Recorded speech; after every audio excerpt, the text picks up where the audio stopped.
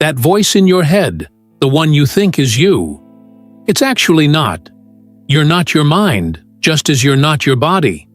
So that voice in your head is a fraud, an imposter, acting as your true self, and drawing you into guilt and temptation when you listen to that mental diarrhea, as I like to call it. You're listening to your ego. Yes, that voice is your ego.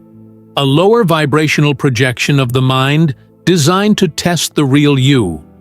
It's not your real inner voice. Think how many times has that mental diarrhea led you astray? How often has it filled you with doubt, fear, and insecurity?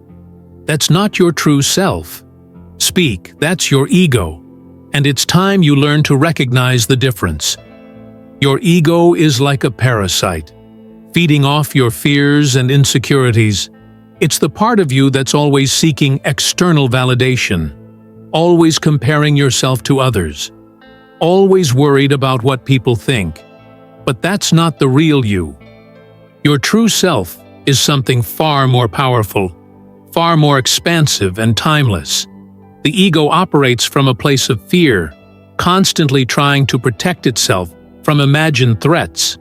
But your authentic self, it acts from a place of love. It knows no fear because it understands its connection to the infinite.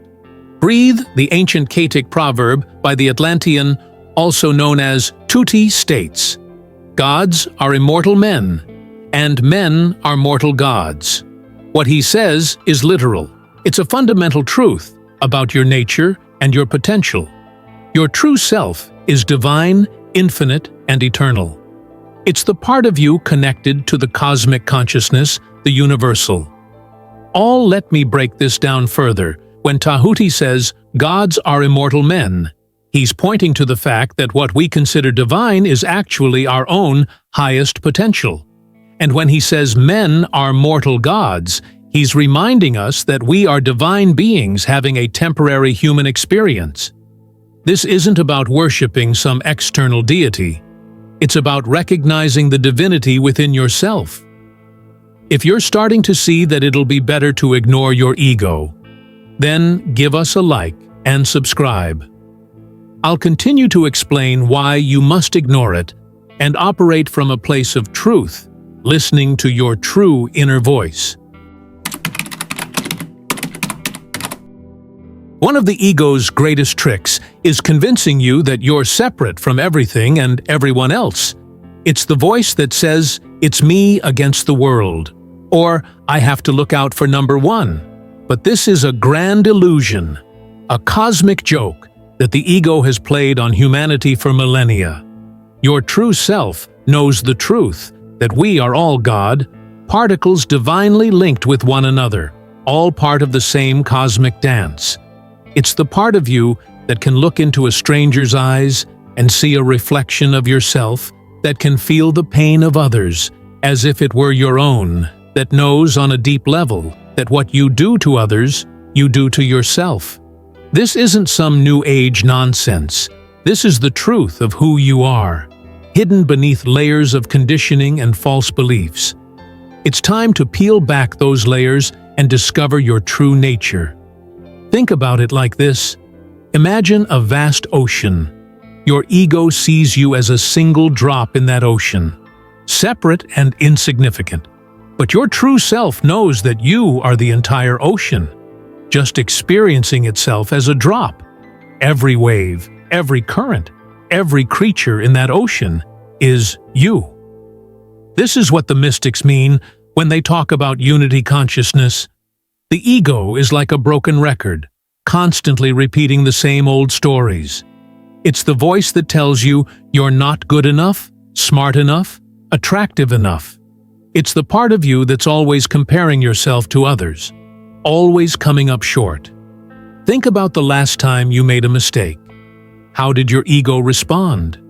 It probably berated you, told you how stupid you were, how you always mess things up.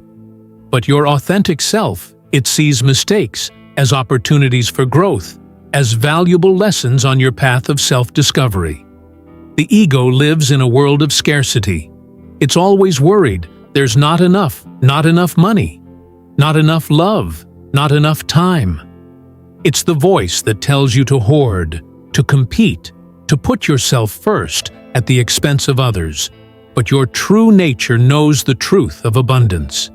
It understands that the more you give, the more you receive, that love multiplies when shared, and that there's always enough to go around.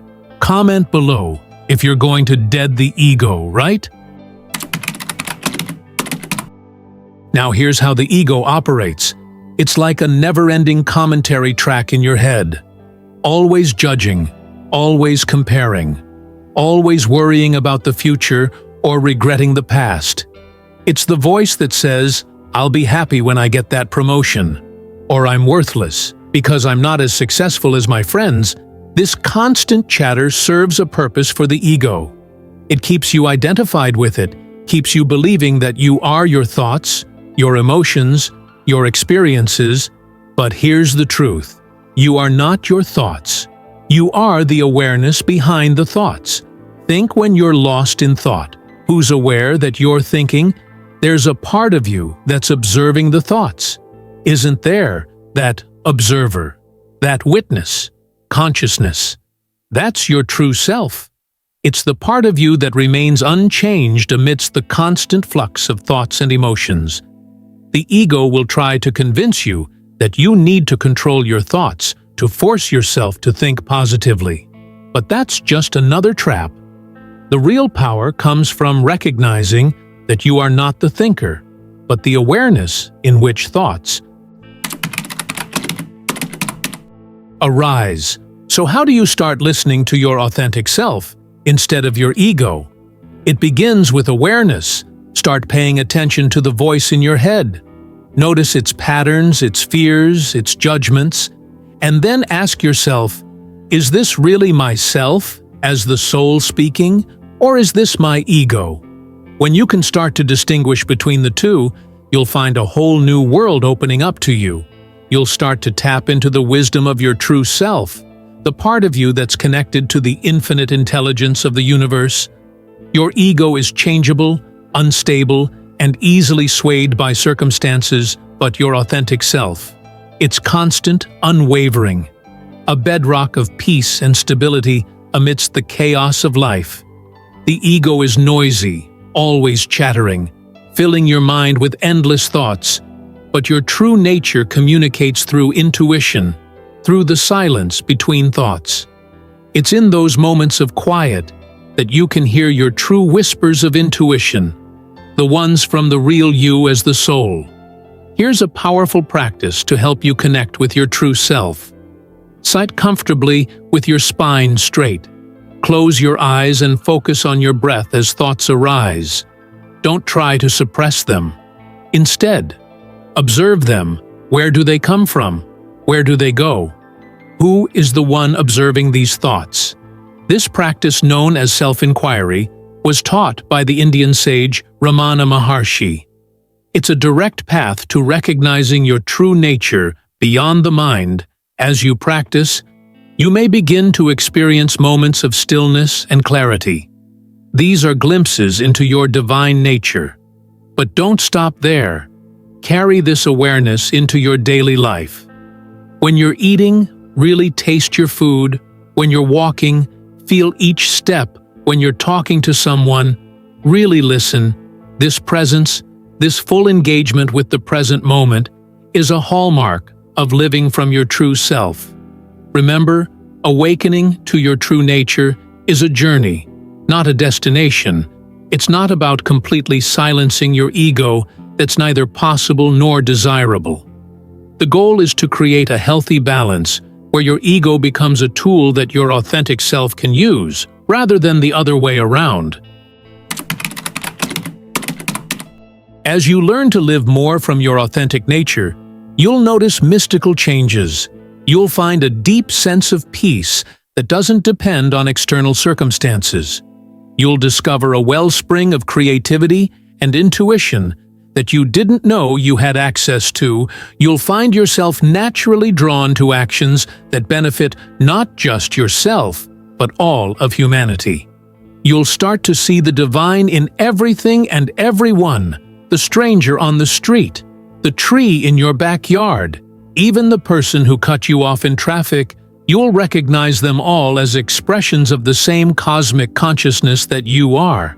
This shift in perception isn't only a nice idea, it's a fundamental transformation in how you experience reality when you truly understand that you're not separate from the universe, but are the universe experiencing itself through your unique perspective. It changes everything.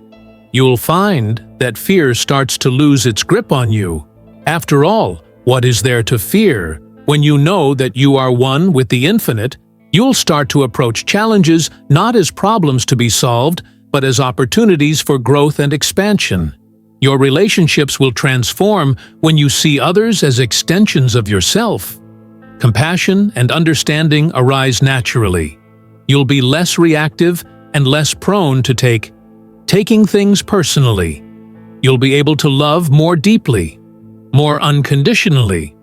Your work will take on new meaning. Instead of working just for a paycheck or recognition, you'll be driven by a desire to express your unique gifts in service of the whole. You'll find yourself naturally aligned with your life's purpose.